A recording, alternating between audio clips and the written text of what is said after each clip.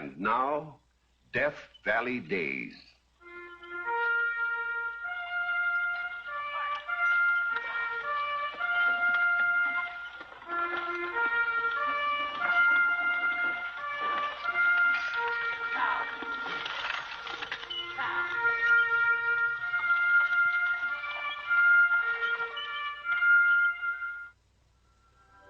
Howdy, folks. I'm the old ranger, and I have another interesting true story for you about the historic Death Valley country. This is the story of a little red-haired wisp of a girl, Lotta Crabtree.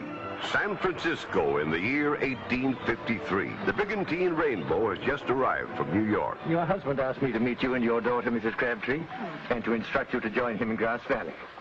Grass Valley? Yes, that's a camp, a few days' journey from here, up in the High Sierra. Just like Crabtree. He finally sends for us after a whole year. And then when we get here, he's off chasing rainbows. It'd serve him right if I turned around and went back home. You poor old horsey. You're all hot. You'd like a nice drink of water, wouldn't you? The Grass Valley stage leaves at 4 this afternoon. That was Edwin Booth. The actor? Yes. Well, what's he doing out here? Well, San Francisco's full of actors. Everything from minstrels to Shakespeare. Oh, really? I've never seen a town so show crazy. Miners come down from the mountains with their pockets full of gold. They'll pay any price to see a good show. Lotta? Lotta? Come along, Lotta. Mama, he's tired. I'm a little tired myself. Look at the big load he has to pull. I wish he was mine. Will you please come on? Mr. Purcell is waiting for us. We've got to be on our way. Where to? Grass Valley. That where Papa's digging for gold? We hope. Bye, horsey.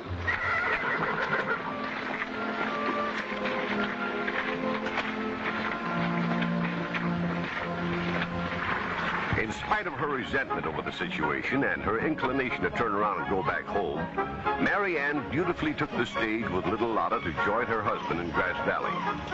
It was a different kind of town than she had lived in before, and not a bit to her liking. Nor were the financial prospects to her liking. When she found out John Crabtree's gold digging was nothing but talk, and she would have to do the providing. We're wasting our time here in Grass Valley, Mary Ann. We? If we move on up to Rabbit Creek, you won't have to run a boarding house. I'll make the money. The gold up there lies in great pockets.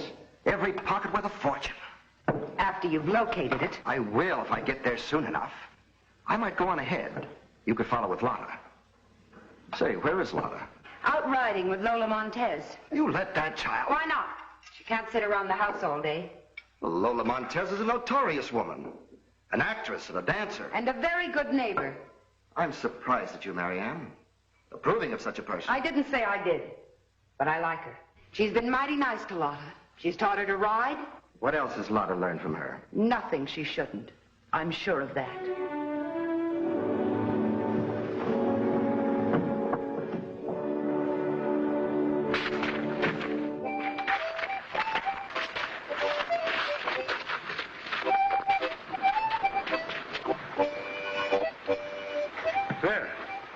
Your pony is as good as ever.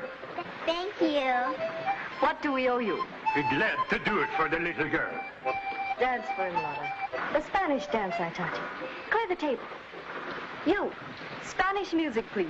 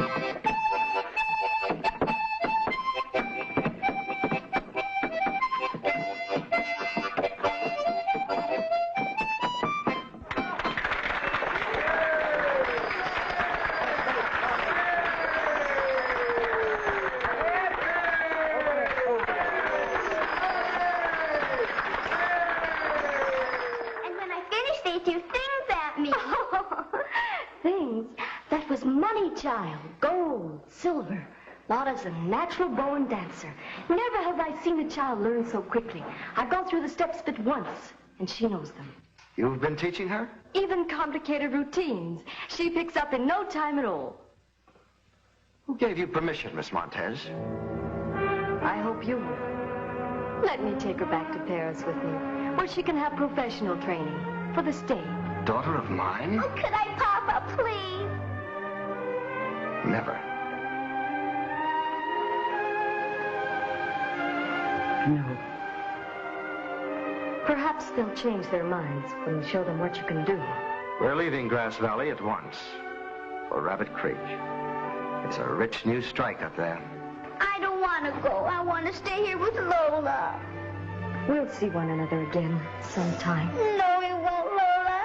Never, ever. I love you, Lola. I don't want to say goodbye. Suppose we go out and unsaddle your pony.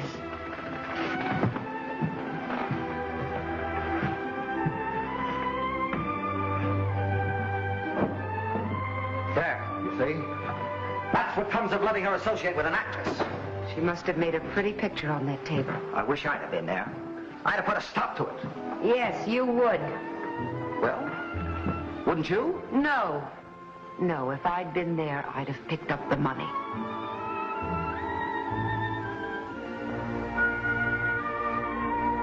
Once again, Marianne Crabtree and Lotta found themselves on a stagecoach headed for a new town, with Marianne's resentment of such a life steadily growing. And arrival in Rabbit Creek didn't do anything to help her resentment. For in spite of the fact that fortunes were being made every day, the gold John had promised continued to elude him. But she kept her feelings to herself, and once more turned to the only means she knew to keep a roof over her and Lotta's head. Why don't you go and play, Lotta? There's nobody to play with. Well, then run to the store and do an errand for me, I need some prunes. Which store? Mark Taylor's. Next to the theater? That's right. And tell Mr. Taylor to charge us. And don't waste any time. Come right straight back. Yes, Mama.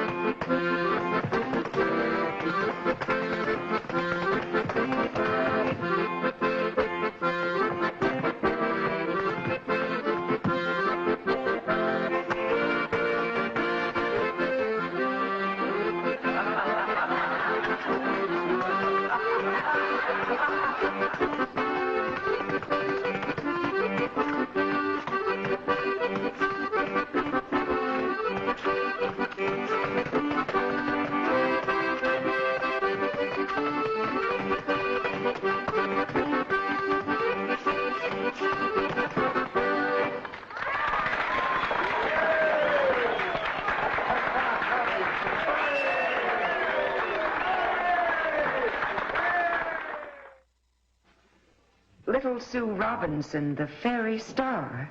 A child prodigy from San Francisco. She was booked to play my theater for one night, but there was some disagreement over terms, so she's appearing instead across the street at the dance hall. Why are you telling me this? Because I want to put on a rival show tonight starring Lotta. Lotta's 10 times prettier than Sue Robinson, and she can dance rings around her. Will you and Mr. Crabtree let her? Mr. Crabtree is off prospecting. Then will you? She has nothing to wear. You could whip her up a costume between now and tonight. Suppose she gets stage fright. Oh, once let the music start up and Lotta's feet can't help dancing. Mommy, there's a new little girl on camp and her name's Sue, and she's just my age. Could I go play with her? No, Lotta. But she's only going to be here one day, and it's the first time I've had anyone to play with. Sue Robinson can't possibly be a playmate for you, Lotta. Why not? Because she's a rival. A professional rival. Hurry, ladies and gentlemen, right this way. One night only, little Sue Robinson. This way, folks, to see the wonder of the West. Lotta Crabtree. Come right on in and see the most brilliant, the most scintillating, the most beautiful young dancing star the West has to offer. Step right in, folks. Get your money ready. Get your money ready. No waits, no delay. Step right in. Hurry. Step right in. Won't you come in, please? See Lotta Crabtree. Come right on. That's fine. No waits, no delays. Comfortable seats on the inside. Step right up, ladies and gentlemen. Come right on in. Come right on in, gentlemen. That's fine, ladies. Lotta Crabtree. Lotta Crabtree, the most beautiful young dancing star of the West. Direct from San Francisco. Get your money ready. Get your money. Hurry. Come and see Lotta.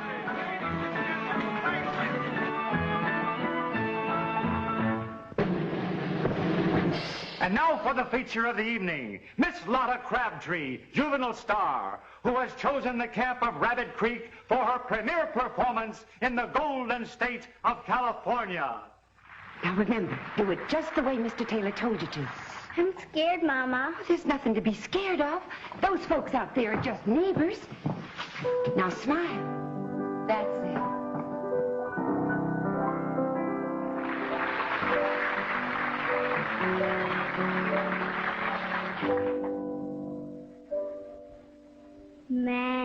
Maxwell can praise our Bonnie where he fought the dew, and 'twas there that Annie Laurie gave me her promise true. Gave me her promise true, which ne'er forgot shall be, and for Bonnie Annie Laurie I'd lay me doon and deep.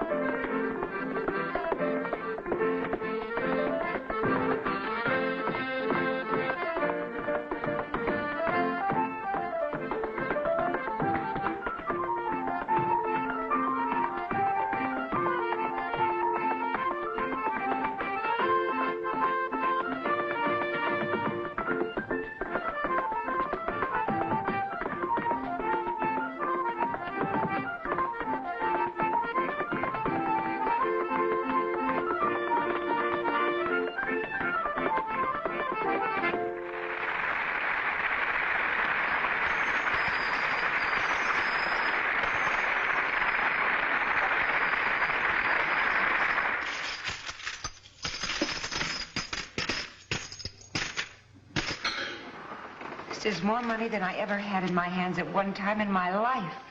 I never saw anything like it. She was a sensation. She'll be a sensation wherever she goes. But to exploit my own child. Lotta loves it. She was laughing all the time she was dancing. She did seem to be in her element. We'll form our own little troupe. Tour the remote camps where they never see a child. They'll take her to their hearts, shower her with gold. Of course, if you want to consult your husband. I can make the decision myself. When do we start? That was the beginning of Lotta Crabtree's professional career. She and her mother toured the mining camps over mountain trails no wagon could travel. They played in bar rooms and country stores, in canvas tents and in log cabins. And everywhere Lotta was a hit. Camps roared and thundered applause for the little red-headed girl with the nimble feet, the quick laugh, the genius for mimicry. Through the years, Mrs. Crabtree not only guarded the money, but as Lotta grew into young ladyhood, she also guarded her like a dragon. But just once, in a remote mining camp in the Mother Lode country, where Lotta was playing an extended 3-day engagement, her mother's watchful eye was distracted for a moment.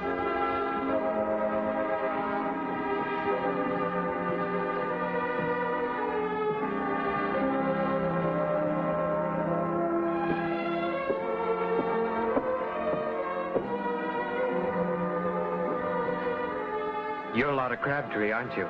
Yes. Miss Lotta, the unapproachable. Well, why do you say that? That's what they call you. Oh, they do? I've seen your show every night. You're wonderful. Well, thank you.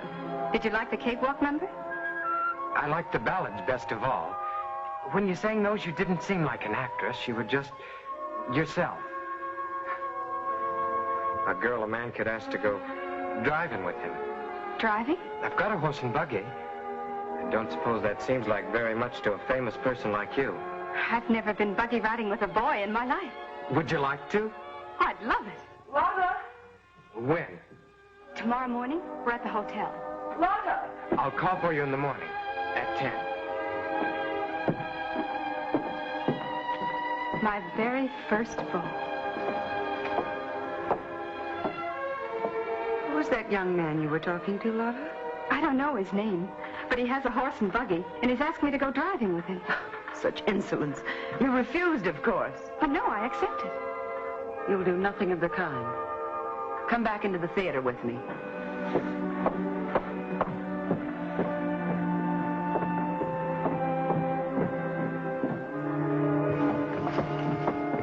I'm sick of the old theater. Lotta, I'm sick and tired of always being on the move. Never seeing anybody except across the footlights. When you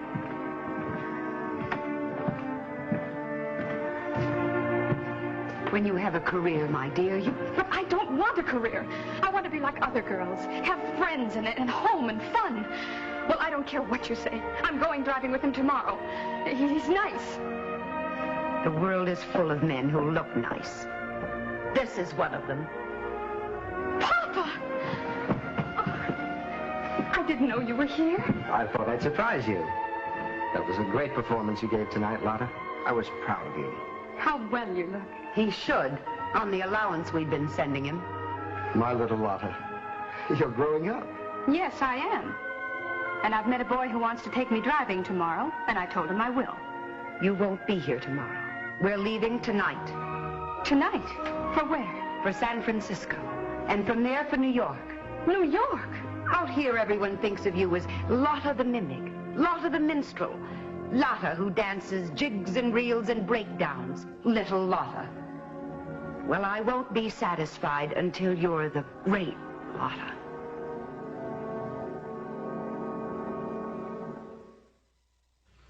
In the months that followed, Marianne Crabtree's dearest ambitions were realized. Lotta was a sensation wherever she went. Theaters in New York, Boston, Philadelphia, Chicago opened their doors to her. Plays were written for her. Audiences, rich and poor, high and low, took her to their hearts. The dark-eyed, red-headed girl from the West who could sing, dance, act with equal ability. And in the 1870s, after a triumphant tour, she returned to San Francisco to the California Theater.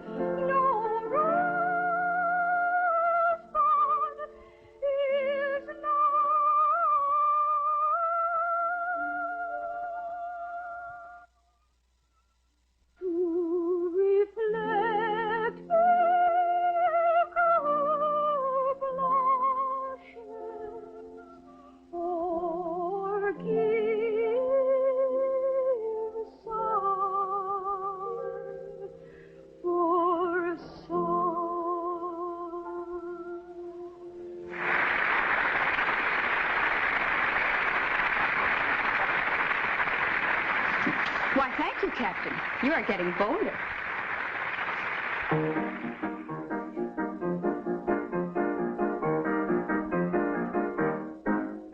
As they marched through the town with their banners so gay, I ran to the window to hear the band play. I peeped through the blinds very cautiously then, lest the neighbors should say I was looking at the men. Oh, I heard the drum beat and the music so sweet, but my eyes at the time caught a much greater treat. The troop was the finest I ever did see, and the captain with the whiskers took a sly glance at me. Hi!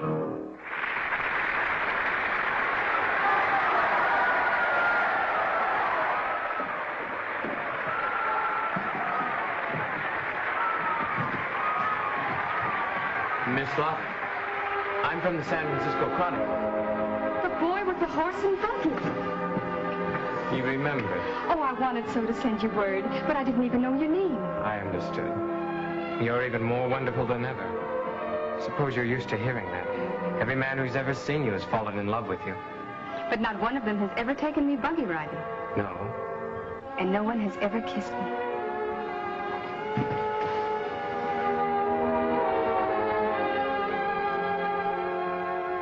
Is this real, or just another play?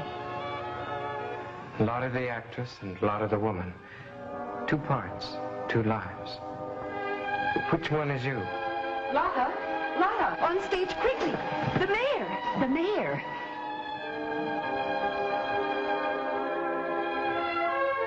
Well, it was nice to meet you again. Goodbye.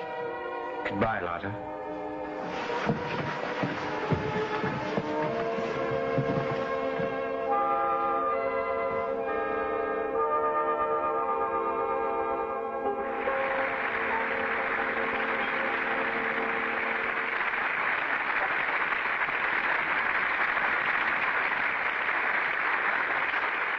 As mayor of San Francisco, I take pleasure in presenting to you, Miss Lotta, a slight token of the esteem in which this city holds you. A diamond tiara for the Queen of the Theater.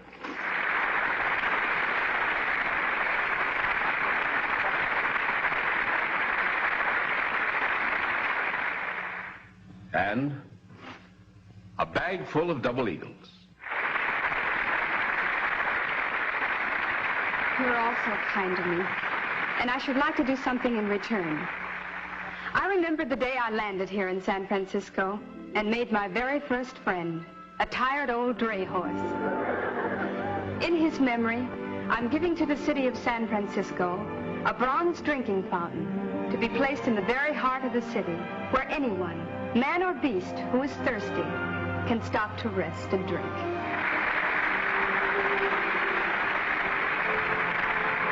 God bless you all.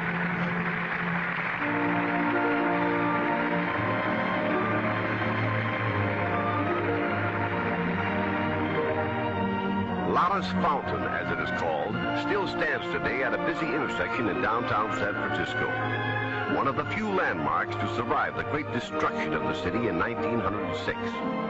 And when she died, an old lady, still Miss Lotta, she bequeathed her entire fortune of $4 million to charity.